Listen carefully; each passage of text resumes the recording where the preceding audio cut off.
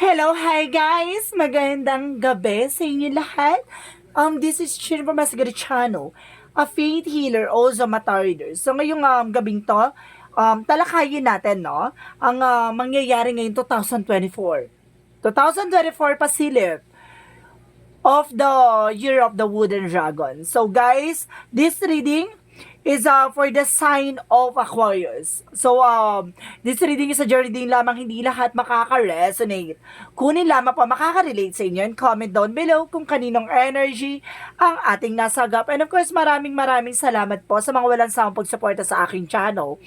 Lalong-lalo na hindi nag-skip ng ads. Naway pagpalain po kayo ng Diyos at may kapal siksik diglig umapo manumbalik sa inyong biyaya. And of course, guys, maraming salamat po sa walang sawang panonood sa aking channel. And of course, once again, this is Pasilip 2024 for the Year of the Wooden Dragon for the sign of Aquarius. So, umpisahan na natin, guys.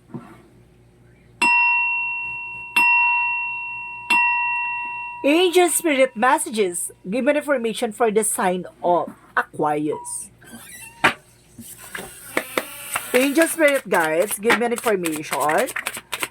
Okay, there's a page of one. So, there's a good news. May magandang balita doon na darating ngayong 2024. And because there's a King of Pentacles, there's a security about sa finances. So, kailangan maging secure ka. Itong balita na to, kailangan alagaan mo, kailangan galingan mo. So, let's see what is additional messages. And because there's a Knight of Swords. So, there's a success driven. So, sinasabi sa'yo dito na para, kumaga, there's a perseverance, konting pagtsatsaga lang, no? Talagang parating ang magagandang opportunity sa'yo.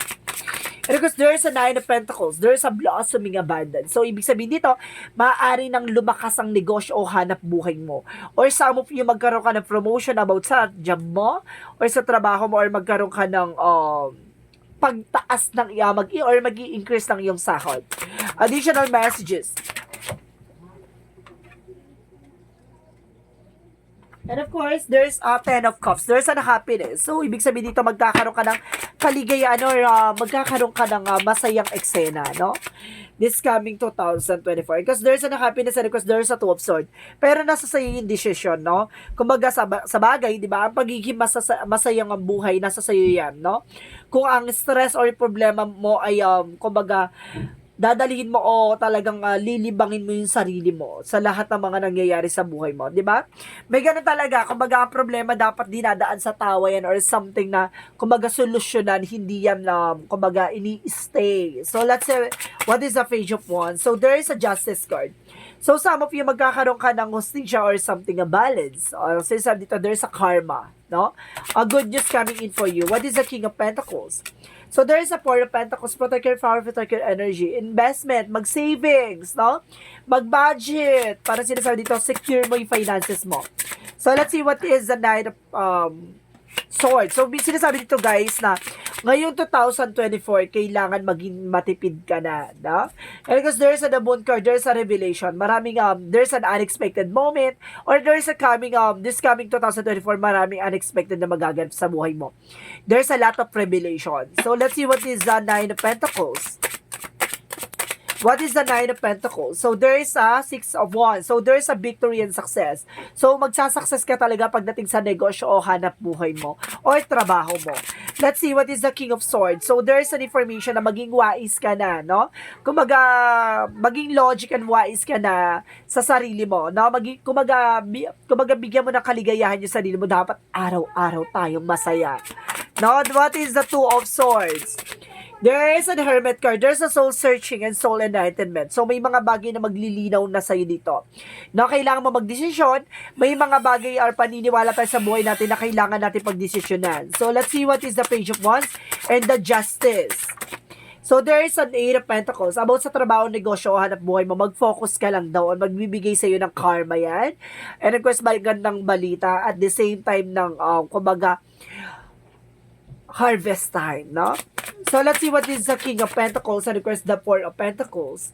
Okay, there's a Queen of Pentacles. So, ibig sabihin dito guys, there's a feminine and masculine energy na nagre-represent, there's a Taurus sign. So, ibig sabihin dito may sa Taurus chart ka, no? And kasi sabi sa'yo dito na kailangan mo proteksyonan yung finances mo. Some of you baka yung person mo is Taurus. So, let's see what is Nine of Swords, and of course, the Moon card. So, there's okay, there's an information na parang binibigyan ka ng kaliwanagan, no? By the candle. So, big sabihin, no, what's the symbology of the tarot drives in large measures from your own intuition. And once revealed, reflects back into each of us and the further reach of life. Ibig sabihin dito, kumbaga marireveal na, kaya pala there's a moon card na maraming revelasyon magaganap at magbibigay kaliwanagan sa lahat ng kaganapan sa buhay.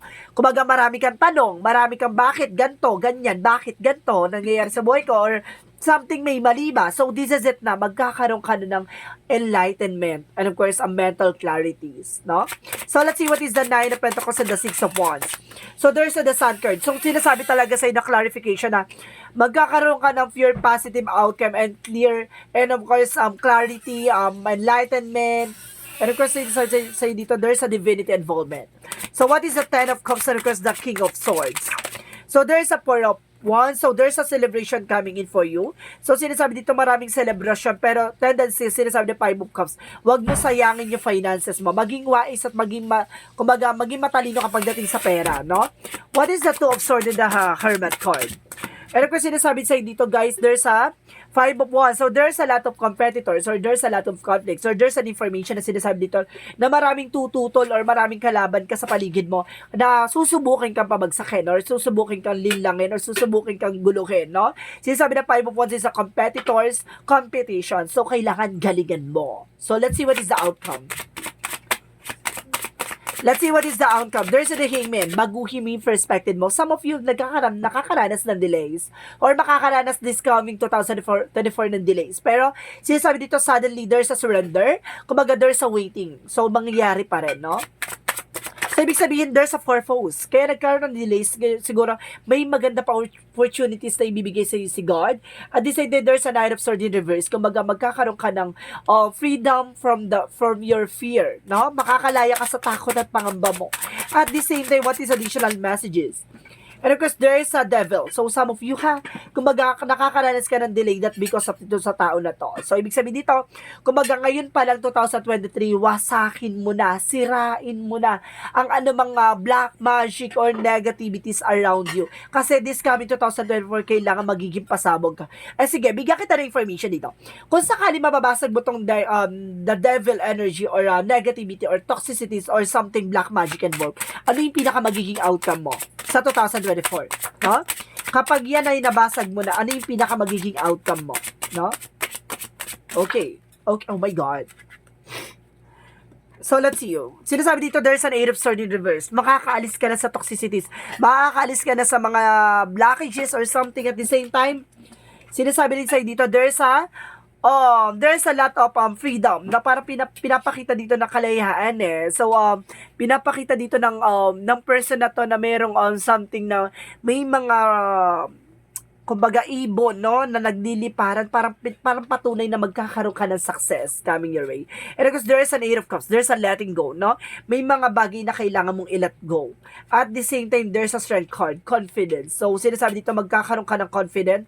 At the same time, there's an Ace of Wands, there's a new beginning. Magkakaroon ka ng bagong simula at bagong pag-asa na magdadala sa'yo sa patuloy na pagpasok na magandang pagkakaperahan. No? Sa Six of Pentacles, giving and receiving something by the universe. Kumbaga, papalaksin ng negosyo o hanap buhay mo na magdadala sa iyo dito sa Four of Cups, no? Kumbaga, kailangan i-evaluate mo, i-analyze mo, no? Kumbaga, bago ka tumanggap ng isang offer, malaki man yan or maliit, kailangan mo pa rin yan i-evaluate or i-analyze, no? Para hindi ka na muling magkamali. Or some of you, baka daanin kayo sa pagkain or daanin kayo sa isang bagay na ibibigay ng offer sa iyo. Kumbaga, para doon ka susubukin kung tatanggapin mo o hindi. Kumbaga, it's a temptation. Kaya kailangan maging aware ka na. Magiging outcome na dito is a success, pero kailangan mo tong i-release yung negativity this coming 2023 bago dumating yung this 2023, kailangan i-release mo na to kasi this coming 2024, kailangan maging maganda na ang pasok sa'yo. So, let's see what is additional messages. So, this is the messages for magical fairies, no? So, ano ang pinaka-message ay ng ating fairies?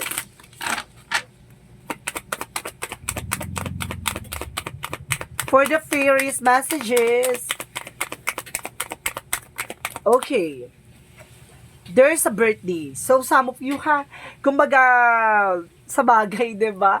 Aquarius, kumbaga next year is your birthday. Talagang papasok talaga dito na mukhang sa kakaarawan mo, ipagkakaloob sa'yo ng langit ang bagay na hinahangad mo. Kasi there's a birthday involved. And of course, there's a 2024 is kumbaga pasilip. So ibig sabihin, may pasilip na kagad sa birthday mo. And of course, sinasabi dito, a significant birthday holds the answer to your question. Kumbaga ibibigay ang kasagutan on your birthday. Aquarius. So, let's see what is the angel's answer.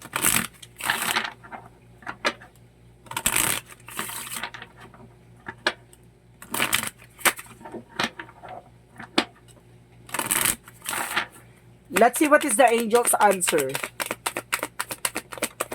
There is an ask your angel. So, ibig sabihin na humingi ka ng gabay sa iyong mga anghel.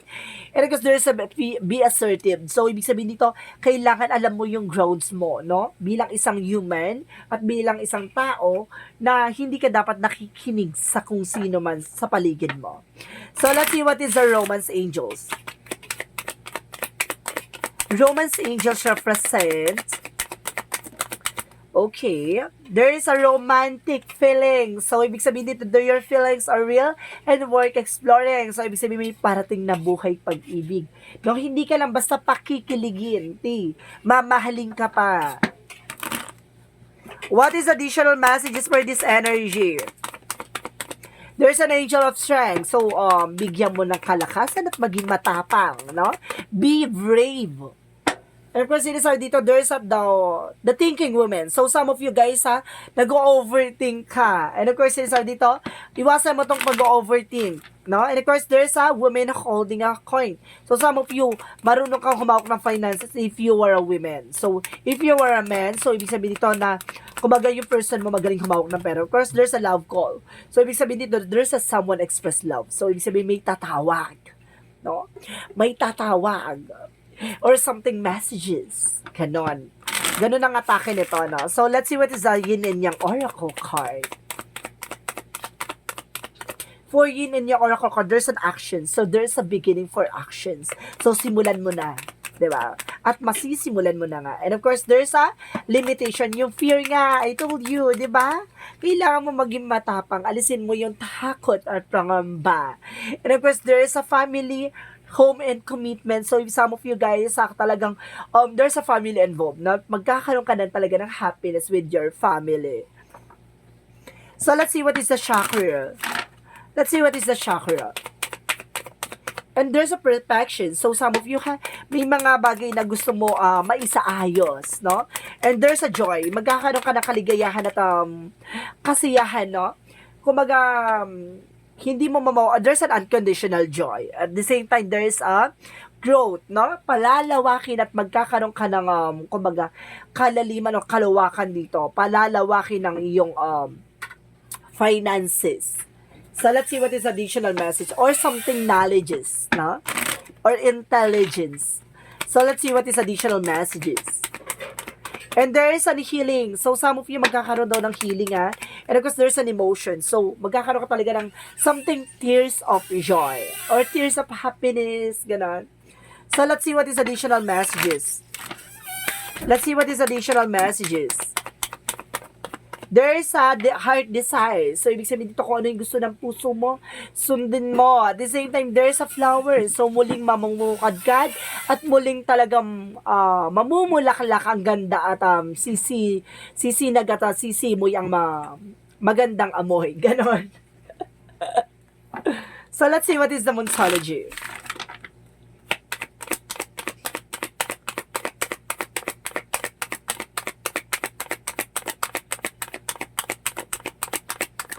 Okay, there's a you and your loved ones are safe. So, some of you safe na safe naman daw yung mga mahal sa buhay. So, kumapit ka lang.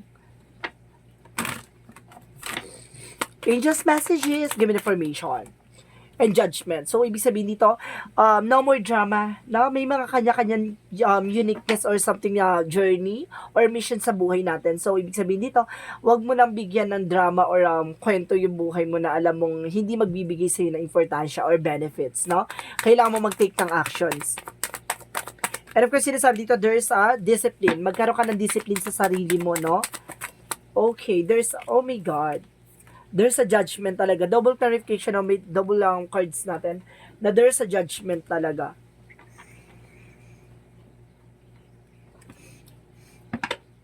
Okay, let's see what is additional messages. Okay, there's the golden children's rare gift. So, some of you meron kang katangian or kakayanan, no, na bihira sa iba. Kaya kung ano man ang abilities mo or skills mo, kumbaga paghusayan mo, no? I-enhance mo yan para some of you baka makatulong ka with your other person. And of course, there's an expect a miracle. So, ibig sabihin na mag-expect ka na kumbaga may himala or something na miracle na magaganap dito sa buhay mo, no? Or pagbabago, ganon. Or pag-asa, something. So, let's see what is Archangel Michael. What is Archangel Michael? Okay. Sinasabi dito, your home is protected by angels. So, some of you guys, yung mga, yung tahanan nyo raw, no? Protektado ng ating gabay. And of course, it's time to leave the unhealthy situation. Some of you, kailangan mo ng pakawalan, kailangan mo ng umalis sa alam mong, kumbaga, toxic na, no? Like a toxic friends, toxic relationship, toxic family, or toxic environment. Basta alam mong hindi nagbibigay sa'yo ng beneficial, no? Walang benefits yon, no? For your own soul. So, let's see what is the Jesus-loving quotes. And of course, sinasabi ng Jesus-loving quotes, watch and pray that you enter not into temptation. Ibig sabihin dito, magdasal ka, no? At subaybayan mo na hindi ka mapunta sa tukso at mailayo ka sa tukso, no? So, let's see what is the angel's number.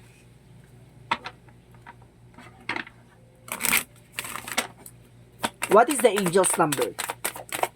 There's a 5, I am adaptable. So, sinasabi dito, flexibility is your forte. When life throws you in a curveball, you can easily adapt to new circumstances and find excitement in the unexpected change. Be brave and bold in your endeavors. So, ibig sabihin dito, kumbaga dapat marunong ka mag-adapt ng mga possibilities, ng mga synchronicities, or signs na nangyayari sa paligid mo. No? Kumbaga, alamin mo yung magiging magandang kahinatan. At the same time, marunong ka dapat mag-adapt ng mga bagay na alam mo makakatulong sa'yo, lalo na sa buhay mo. So, let's see what is the messages of life. Letting go, letting go, letting go. So, sinasabi dito, today, remembering that God is within me and around me, I release myself to God's hands. I regain my inner peace. I know God is providing me that which is the most beneficial for my soul. I know that God is sending angels to help me face any difficulties that arise. I let go into God will, knowing the best yet is yet to come. Ibig sabihin nito, alam mo na ibibigay at ipagkakalob sa iyo mga bagay na kapag binitawan mo at sinurrender mo, no? Kumbaga ibibigay sa iyo ni God yung mga bagay na dapat nakalaan sa iyo, no? Kumbaga hindi ka na nagbibigay ng blockages, at the same time nagsisat ka ng boundaries sa mga new opportunities. So guys, this reading is a 2024 pasilip messages for the year of the wooden dragon, for the sign of Aquarius. Maraming salamat, Aquarius, for your wonderful reading. This reading is a general reading lamang, hindi lahat makaka-resonate. Kung hindi lamang po makaka-relate sa inyo, and comment down below kung kaninong energy ang ating nasagap. And of course, maraming salamat po sa mga walang sawang pag-support sa aking channel. Lalo na hindi nag-skip ng ads, naway pagpalain po kayo ng Diyos at may kapal, siksik, diglig, nag-uumapaw manumbalik sa inyong biyaya. Maraming salamat po and see you in the next video. Bye-bye and babush!